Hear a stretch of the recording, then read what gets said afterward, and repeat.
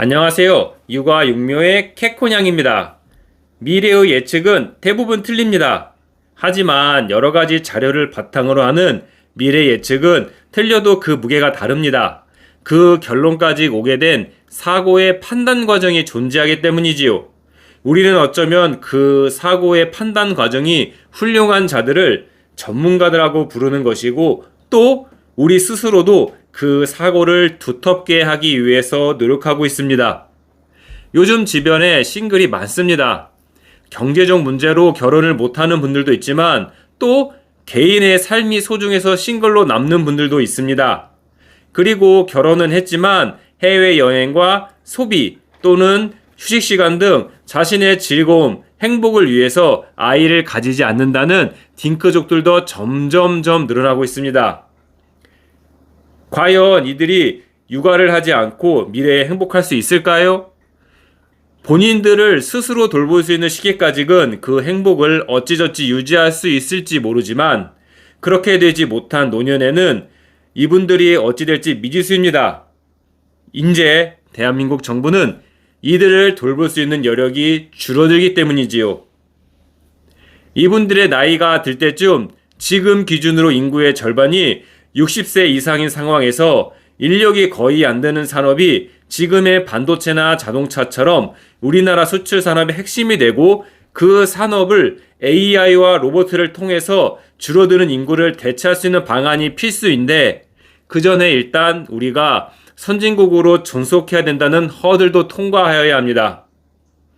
한국 여성 수명이 전 세계에서 최초로 90세를 넘긴 상황에서 향후 100세 이상의 평균 수명이 자리 잡을 경우 자녀가 없다면 어떤 일이 일어날지 예상하기 어렵습니다.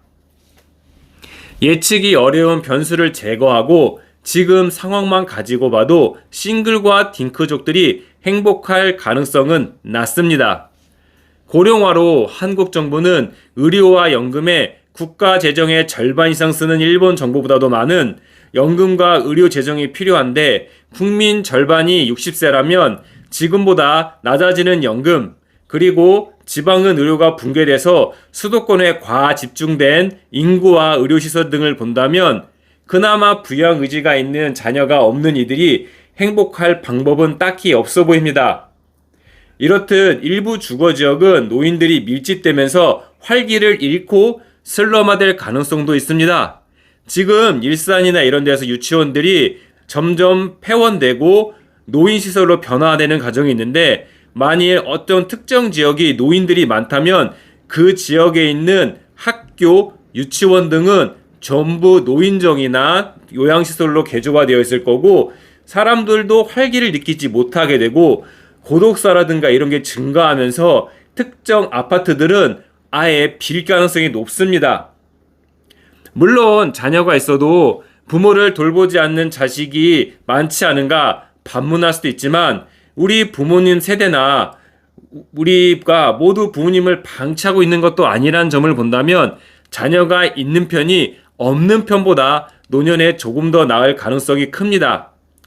한국에 미칠 듯한 사교육비 등 양육비로 경제적으로 불행해질 가능성이 높은 것도 사실이지만, 딩크족이나 싱글족이 부부보다 재테크를 상대적으로 더 잘한다는 내용은 아직 제가 들어본 적이 없으니, 단지 경제적으로 싱글이나 딩크족이 좀 더 유복할 것이라 결론 짓기도 어려운 데다가 출생률 증가에 실패한 정부가 자녀가 있는 가정에 절세 조건을 내걸 가능성도 큽니다.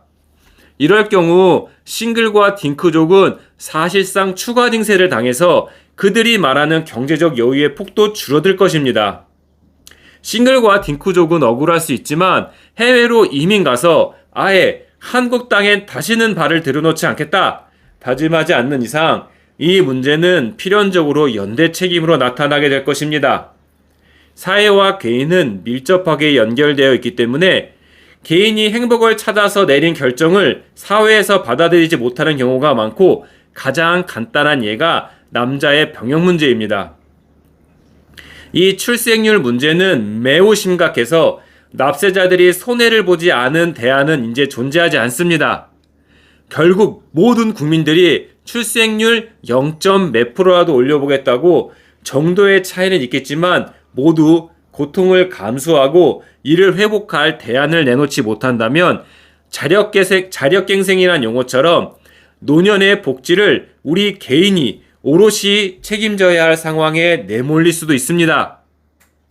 개인의 자유가 최고의 미덕이지만 그 미덕은 그 사회가 유지될 때 지켜줄 수 있는 것입니다. 이 점이 참 아쉽습니다. 저도 국가란 개인들이 모여서 만든 것이지 국가가 인수분해돼서 개인이 된 게 아니라고 믿는 사람인데 이제라도 고령화 문제와 출산율에 대해서 진지하게 고민해 봤으면 합니다. 감사합니다.